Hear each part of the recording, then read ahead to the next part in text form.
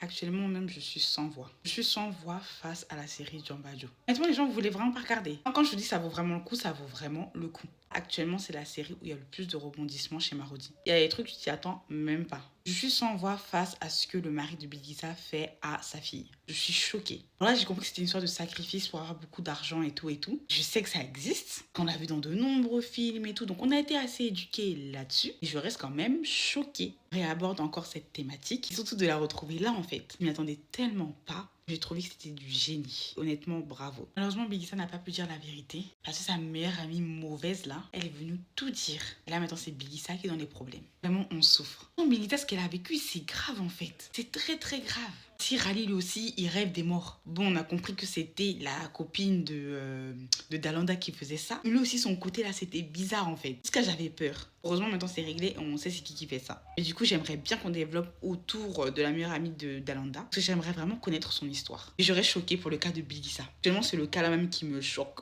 Maintenant, on va parler aussi de Aïssatou. Aïssatou, comment elle va se dépatouiller avec cette histoire? Parce que là, ok, elle est partie. Mais est-ce qu'elle va revenir un jour? Et qu'est-ce qu'elle va dire à ses parents quand elle va revenir? Parce que là, tout le monde dit qu'elle est partie avec un homme et tout. Donc, qu'est-ce qui va se passer quand elle va revenir? Dans tout ça, Dalanda a profité pour appuyer, gaspiller sa sœur comme ça. Pour bien la critiquer auprès des parents. Elle, tout est bon pour enfoncer sa sœur. Et moi, ce qui m'énerve dans tout ça, c'est qu'Aïssatou, elle est pas assez intelligente pour se dire que sa sœur est en train de la mettre dans les problèmes encore une fois. Alors là, elle croit vraiment que sa sœur l'aide. Ok, Aïssatou n'a pas le choix et tout et tout. Je peux comprendre. Mais là, je vous promets qu'Aïssatou, elle pense encore que Dalanda est de son côté. Alors qu'elle n'est pas de son côté. Et moi, ça m'agace. Franchement, Aïssatou, elle m'agace. En fait, il y a tellement de choses à dire que mon crâne même, il chauffe. Parce que tu laisses un côté, il y a un autre aussi qui se soulève.